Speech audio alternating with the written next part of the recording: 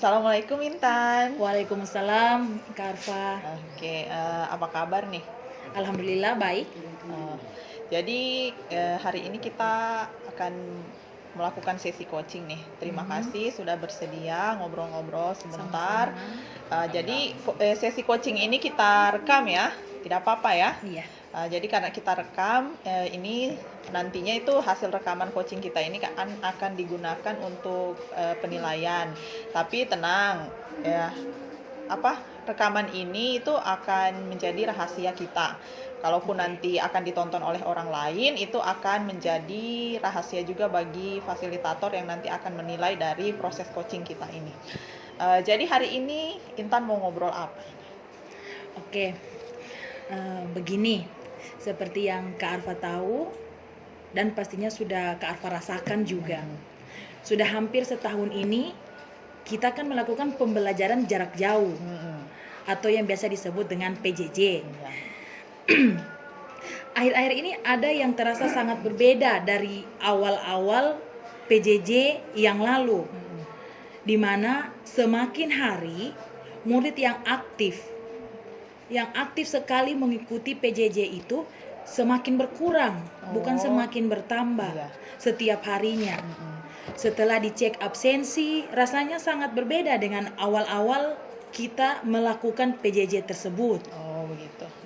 Jadi kita akan ngobrol ini tentang bagaimana keaktifan murid selama Intan melakukan PJJ selama ini ya kurang lebih ya, setahun lah selama masa pandemi ini.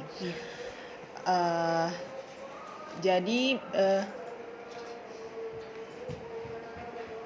memang kan di masa pandemi ini kan kita memang rasanya itu seperti kita seperti dipaksakan ya begitu harus melakukan PJJ, baik guru juga maupun murid.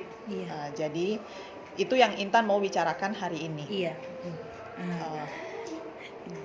Jadi PJJ ini membuat saya harus selalu harus berpikir keras kalau mau masuk dalam proses pembelajaran tersebut. Setiap minggu itu saya harus berpikir, minggu depannya saya harus melakukan apa lagi, minggu depannya saya harus melakukan apa lagi supaya anak-anak itu tidak bosan. Oh begitu. Jadi sepertinya kayak mau pandemi itu cepat-cepat selesai, cepat-cepat berhenti begitu. Maksudnya supaya kita bisa belajar lagi seperti sebagaimana biasa begitu rasanya, biar kita belajar lagi seperti biasa begitu ya. Iya seperti itu. Oh iya. Nah jadi saya rasa ini kayaknya kita akan panjang lebar ini ya. Apa kira-kira dari akhir obrolan nanti kita ini, apa kira-kira yang Intan harapkan dari akhir obrolan kita? Ya kalau mau ikut maunya sih paling tidak saya dapat inspirasi lah. Harus bagaimana melakukan atau melanjutkan PJJ selama beberapa bulan ke depan ini. Walaupun PJJ tinggal beberapa bulan saja lagi akan berakhir, tapi saya tetap ingin melakukannya dengan yang terbaik. Maunya pembelajaran bisa berlangsung secara efektif.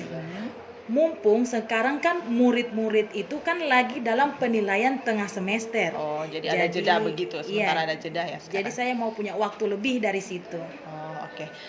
Berarti maksudnya Intan ini di akhir obrolan kita ini maunya Intan itu seperti terinspirasi atau mungkin termotivasi atau akan dapat cara mungkin bagaimana meningkatkan atau membuat PJJ berikutnya ini akan lebih menarik lagi sehingga murid-muridnya atau anak-anaknya Intan ini lebih aktif lagi belajar begitu. Iya, kurang lebih seperti itu. Oh, oke.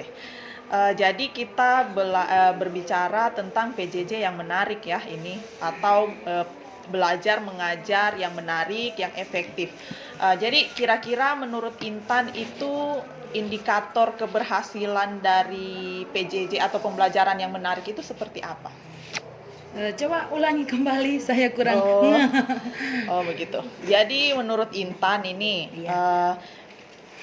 tanda atau indikator dari proses pembelajaran yang efektif itu seperti apa? Kalau tercapainya itu seperti apa? Oh iya, kalau menurut saya ya, pastinya murid-murid itu lebih aktif dalam proses belajar. Oh iya ya. Tujuannya untuk pembelajaran tersebut bisa tercapai. Selain itu juga bisa dilihat dari prestasi belajar murid-murid atau peningkatan murid tersebut. Seperti itu sih menurut saya. Oh iya ya. Terutama yang saya inginkan itu murid yang aktif itu atau murid yang aktif ikut belajar dengan saya walaupun harus daring maupun kombinasi. Oh ya, berarti Intan ini ada juga yang luring begitu? Iya. Ya, ada juga yang luring ya. Jadi pembelajaran itu menarik dan berhasil. Faktor utamanya itu adalah tadi keaktifan murid ya. Iya. Oke. Nah sekarang memangnya situasi atau pembelajaran PJJ yang sekarang Intan rasakan itu seperti apa? Mungkin bisa membandingkan di awal PJJ dengan atau dengan situasi ideal dengan yang sekarang Intan rasakan itu seperti apa? Kalau yang sekarang, macam sekarang ini situasinya seperti tidak ada apa-apa. Seperti tidak ada spiritnya. Begitulah, seperti tidak ada murid-murid yang mau atau murid-murid semakin kurang aktif. Kalau awal-awal lalu kan mereka rajin kumpul tugas, dan kalau kumpul tugas mereka selalu tepat waktu, aktif di WA group atau classroom yang mengumpulkan tugasnya secara manual juga seperti itu. Oh, jadi mereka dulunya rajin, sekarang Iya. itu sudah tidak rajin lagi. Iya, terus mereka itu aktif dalam bertanya. Nah, kalau disapa lewat WA, mereka aktif menjawab. Intinya rajin dan semangat lah mereka tersebut. Tapi akhir-akhir ini spirit atau kemauan mereka itu meredup. Membuat saya jadi bingung. Karena walau bagaimanapun saya kan harus memberi penilaian secara pribadi kepada siswa tersebut. Oh iya. Apa di setiap kelas itu seperti itu? Nyaris seperti itu. Paling ya masih konsisten tinggal beberapa orang saja. Itu pun ya itu saja. Oh iya, ya saya paham. Memang nyaris di setiap, menurut yang saya pahami itu nyaris di setiap kelas murid-murid itu keaktifannya berkurang. Iya. Kalaupun ada yang aktif itu paling orangnya yang itu saja begitu. Iya. Oke. Bagaimana ya? Pernah tidak Intan itu berdiskusi atau berdialog dengan anak-anak tentang proses belajar mengajar selama pandemi ini? Pernah sih, tapi belum secara mendalam. Oh, ya. Maksudnya belum dilakukan kepada murid dalam jumlah besar. Karena saya mengajar kurang lebih 12 kelas. Beberapa murid orang-orang yang mau saja, yang kebetulan mengumpulkan tugas-tugas secara manual. Jadi itu yang saya lakukan diskusi. Boleh Intan ceritakan itu seperti apa diskusinya dengan anak-anak? Oh ya, boleh. Jadi kan beberapa murid kan mengumpulkan tugas mereka secara manual dengan alasan tidak memiliki gadget ataupun tidak memiliki data. Oh iya. Mereka lebih nyaman mengumpulkan secara manual dengan mengantarkannya ke sekolah langsung. Saya tanya, kok akhir-akhir ini ibu perhatikan kalian sudah mulai kurang bersemangat belajarnya? Ada apa? Jawaban mereka rata-rata sama, jenuh lah, bosan dengan PJJ, banyak tugas yang lain, belum ada yang harus membantu orang tua bekerja, gitu. Jadi memangnya selama ini bagaimana Intan melakukan PJJ itu, prosesnya seperti apa? Paling sering itu memanfaatkan aplikasi WA atau Classroom.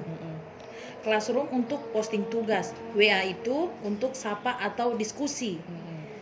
Tanya jawab dengan anak-anak untuk materi saya yang mengandalkan LKS ataupun buku cetak. Baik itu yang daring maupun luring. Kalau yang daring, tugas yang saya berikan itu melalui Classroom atau WA. Terus untuk yang luring, biasanya saya berikan kalau mereka datang mengumpulkan tugas tersebut. Setelah mereka mengambil tugas tersebut, disitulah saya memberikan tugas kembali atau tugas berikutnya. Iya, paham. Jadi selama ini Intan mengandalkan dua aplikasi ya, yang saya tangkap mengandalkan dua aplikasi, WhatsApp dan Classroom. Sebagai penunjangnya Intan memberikan LKS atau buku cetak seperti itu. Oke.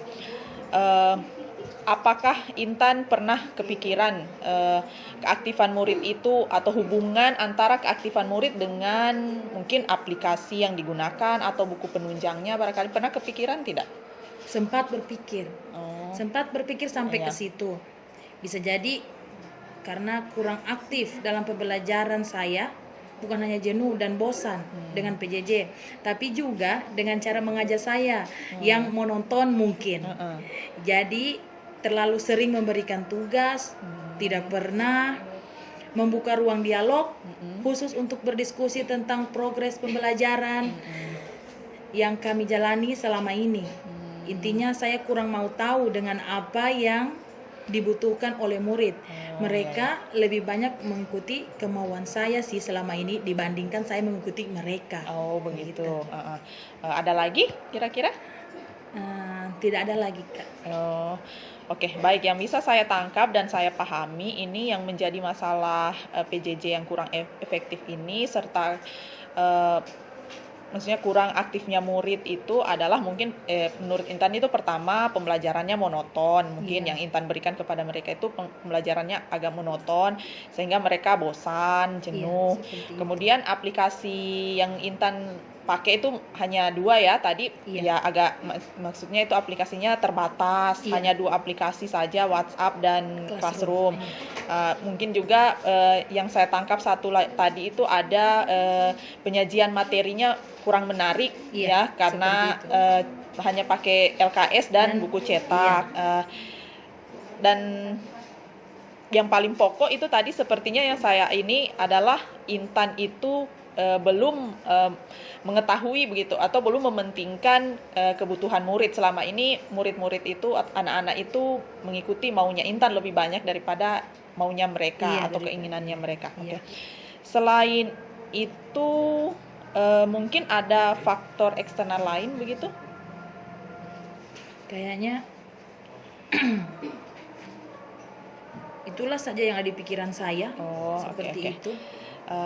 Jadi kira-kira nih kalau kita mau hubungkan antara keinginan Intan untuk membuat pembelajaran jarak jauh atau mungkin nanti kalau misalnya kita sudah kembali bersekolah seperti biasa, mau buat pembelajaran yang lebih menarik, hal apa yang paling pertama yang ingin Intan buat atau apa yang paling prioritas yang ingin Intan lakukan agar pembelajaran itu lebih menarik? Kalau menurut saya harusnya kita mencari tahu dulu apa yang anak-anak inginkan dan butuhkan. Kayaknya itu dulu deh yang perlu kita lakukan atau saya pribadi lakukan. Jadi menurut Intan itu yang paling prioritas itu adalah mengetahui kebutuhan murid dulu ya. Memetakan kebutuhan murid. Kenapa menurut Intan itu yang paling prioritas? Yang paling prioritas,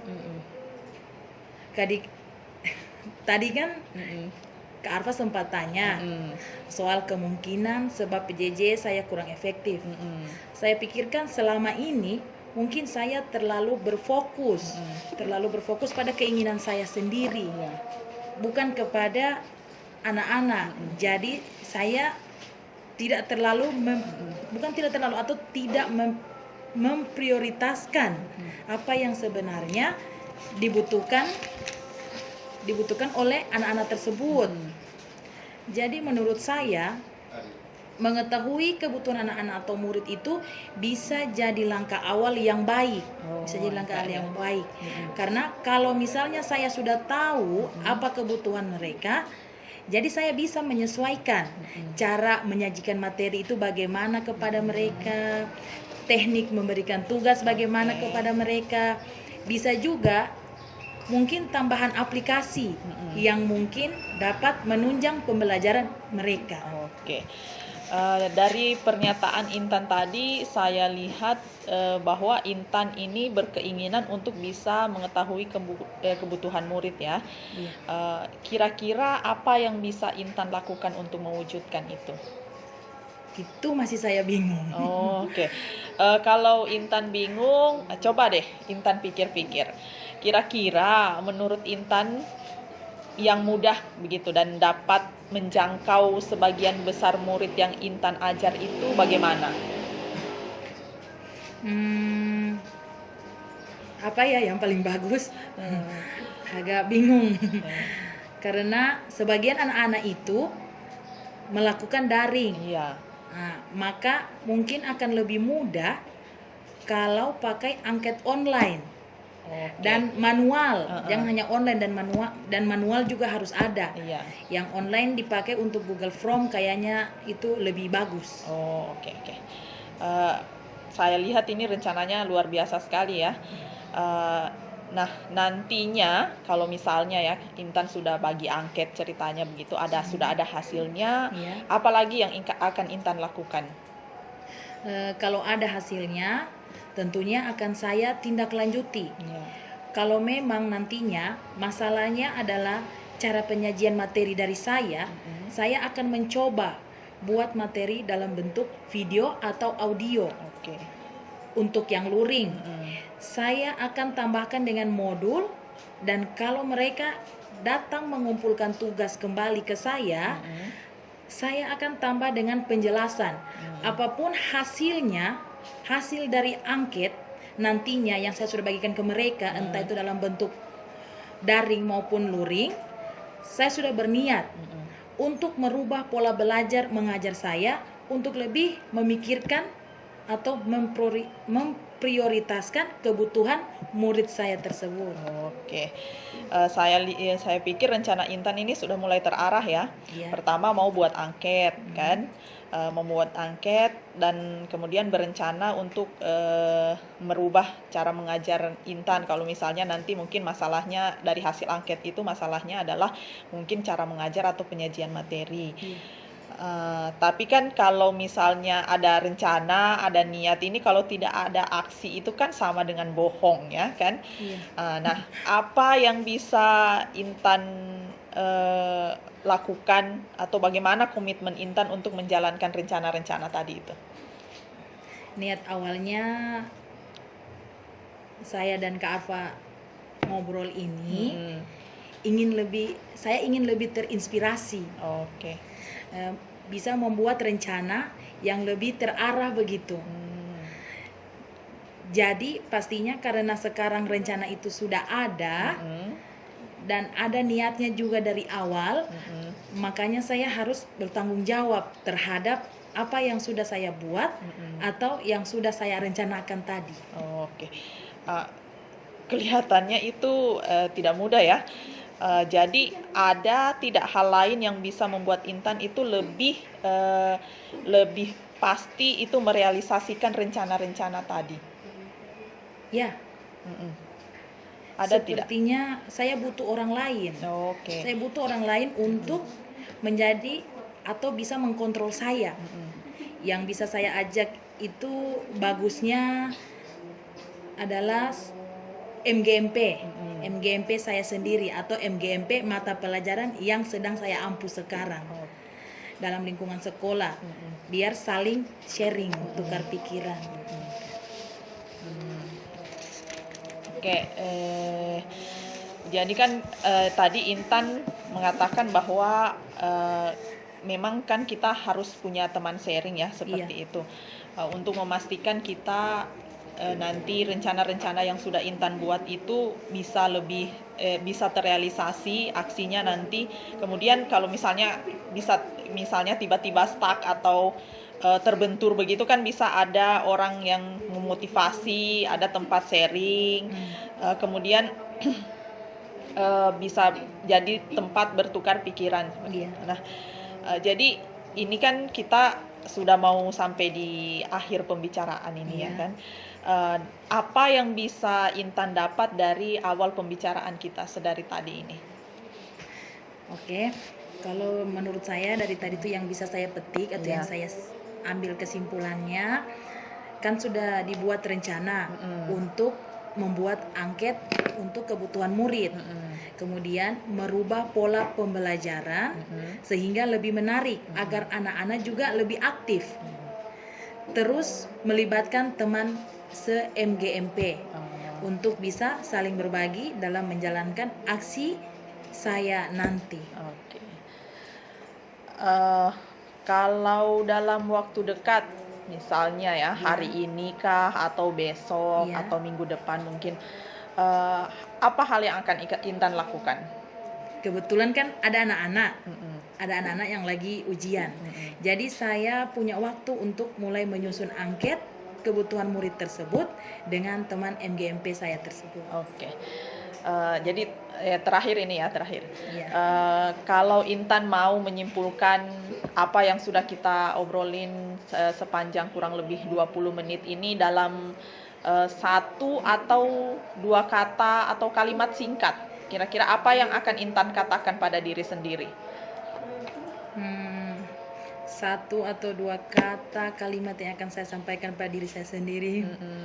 Mungkin harus niat dan action lebih keras lagi Oke. kepada diri saya supaya bisa membimbing anak-anak yang lebih bagus lagi.